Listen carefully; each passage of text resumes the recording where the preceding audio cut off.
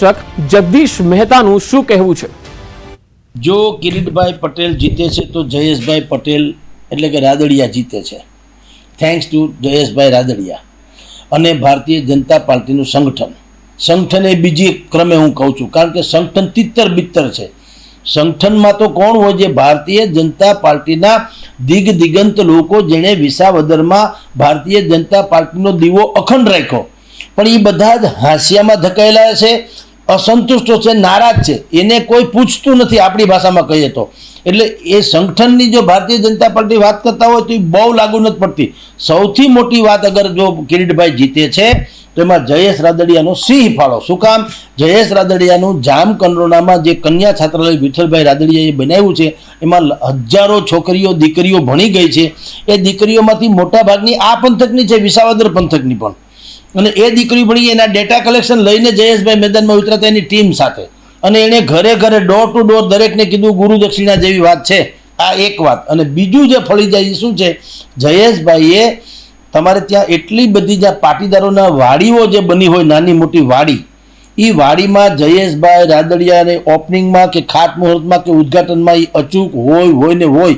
એટલું જ નહીં, મોટા ભાગની વાડીઓમાં યા તો ઇન્ડિવિજ્યુઅલી પોતાના તરફથી એણે દાન આપ્યું હોય મોટી રકમનું, યા તો જયેશભાઈને કારણે મોટી રકમનું દાન મળી ગયું હોય.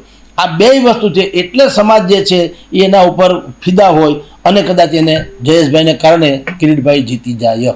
જુઓ, ચિત્ર બિલકુલ સ્પષ્ટ છે. કેટલાય લોકો જો અને તોમાં રમે છે.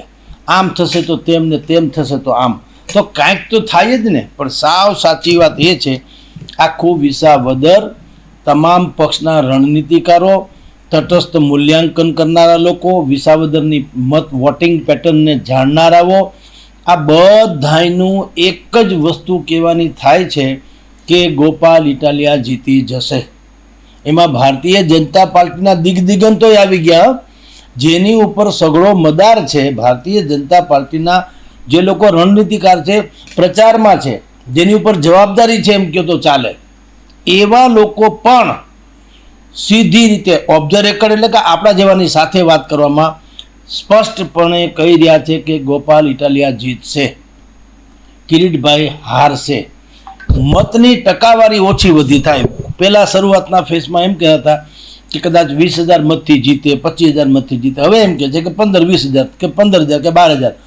તો એમાં જીતમાં કેટલા મતથી જીતે? હું તો એમ જ કહું કે એક રન વધુ કરે ટ્રોફી હંમેશા એને મળે, રનર્સઅપને ન મળે. રનર્સઅપને પછી આશ્વાસન ઇનામ હોય, જીતે એને ટ્રોફી મળે. એક રનથી કેમ નથી જીતા? ગોપાલ ઇટાલિયા કેટલા મતથી જીતે એ મહત્વનું નથી. ટ્રેમન્ડસ બહુમતથી જીતે તો એ વિક્રમ સર્જાની સમજ્યા. મૂળ જીતવો જોઈએ એ વિસાવદર માને છે. આમાં મોટા ભાગના લોકોમાં પ્રોબ્લેમ શું થાય છે કે જે લોકો આપણે વિશ્લેષણ કરીએ ને, લોકો એમ માને કે તમે ઈચ્છો છો ગોપાલ જીતે. વિશ્લેષકો, મીડિયા કાંઈ ઈચ્છતું નથી. મીડિયાને તો જે હોય એ બતાવવાનું છે.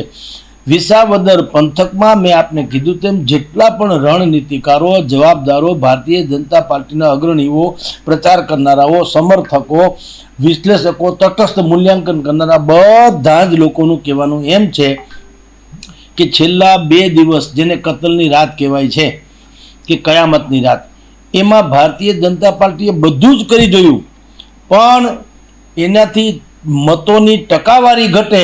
એટલે થોડી 20-25,000 એટલે 10-12,000 મતે જીતે, પણ જીતે તો ગોપાલ જ, એવું ત્યાંના લોકોનું બધાનું કહેવાનું છે. ભારતીય જનતા પાર્ટીના ઉમેદવાર કિરીટભાઈ પટેલ, એની તુલનાએ ગોપાલની છબી સાફ સુથરી છે. એની ઉપર ક્રિમિનલ્સ અનેક પ્રકારના ગુના છે, નાના મોટા, જેમ કે ગૃહમંત્રી ઉપર જોડું ફેંકવાથી માંડીને બધું. પણ જેને અપરાધ કહી શકાય એટલે કે કૌભાંડ કહી શકાય એ ટાઈપના નથી. જે અત્યારે આરોપ છે કમસે કમ કિરીટભાઈ ઉપર, આરોપે સિદ્ધ નથી થયા એટલે આપણે એને અપરાધી ન માનીએ કિરીટભાઈને, પણ આરોપ તો છે જ.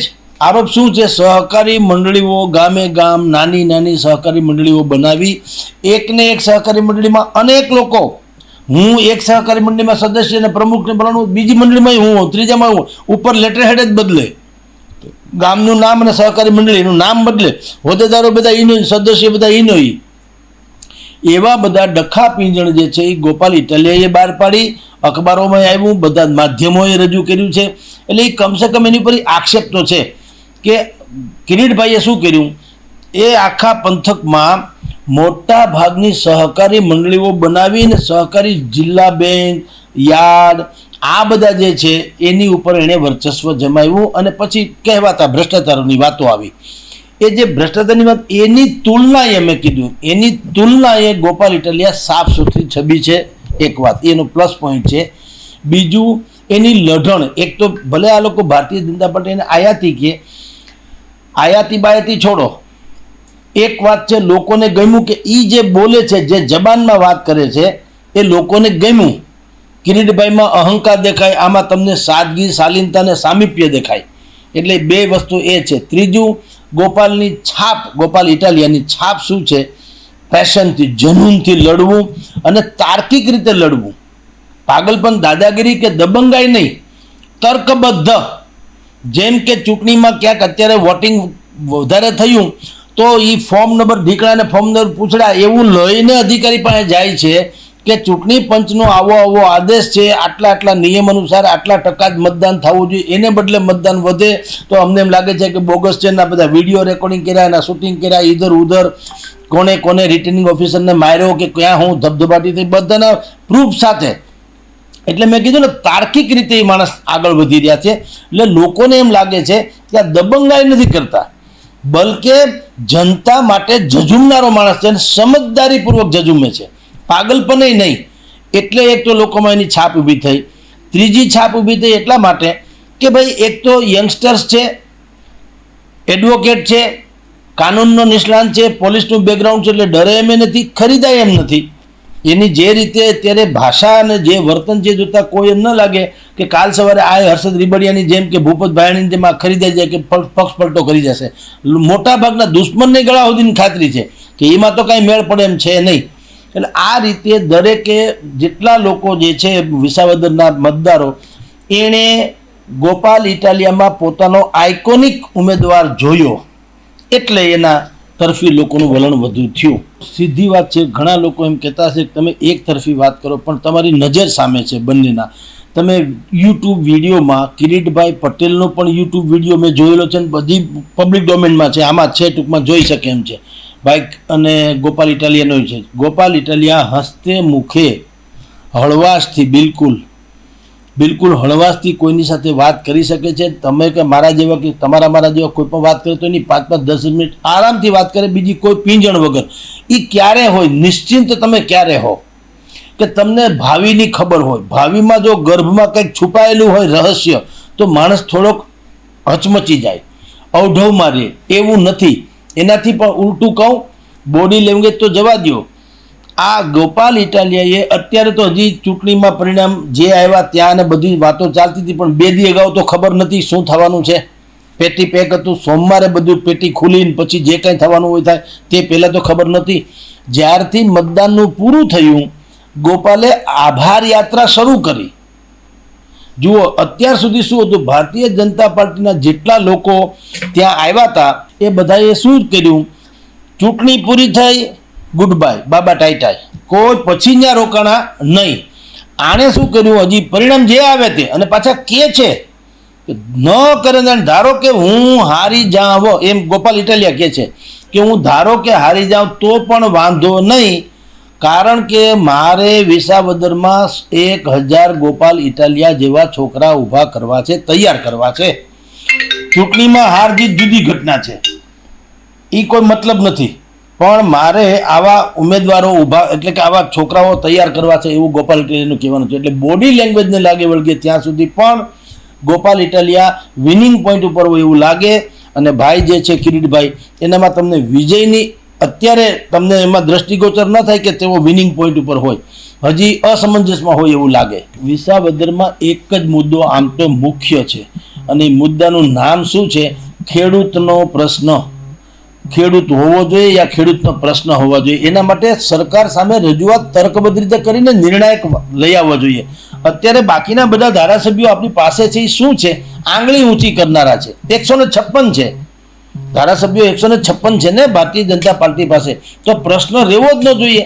એને બદલે ત્યાં ઇકો સેન્સિટિવ ઝોનનો પ્રશ્ન છે, ત્યાં કઠોળથી માંડીને બધી જે જણસો છે એને માર્કેટિંગ યાર્ડમાં ટેકાના ભાવે લેવાની વાત હાલે છે, તો એ પણ નથી થતું. એમાંય ગફલા બધા હાલે છે. સહકારી મંડળીનો કૌભાંડ તો છે જ. જમીન માપણીના જે પ્રશ્ન છે કે જે ડ્રોન સિસ્ટમથી માપવામાં આવે છે એમાં બેયમાં થાય છે કેવું, આ ભાઈ છગનભાઈની જમીન મગનભાઈમાં દે, મગનભાઈની જમીન છગનભાઈમાં આવે, કારણ કે મશીનને વિવેક કે બુદ્ધિ હોતી નથી. મશીન હોતા है. એનામાં વિવેક બુદ્ધિ નહીં હોય એટલે શું થાય છે, એકબીજાની જમીન એકબીજામાં આવી જાય રેકોર્ડ ઉપર, અને લેન્ડ ગ્રેબિંગના કેસ મીંડ્યા છે થવા.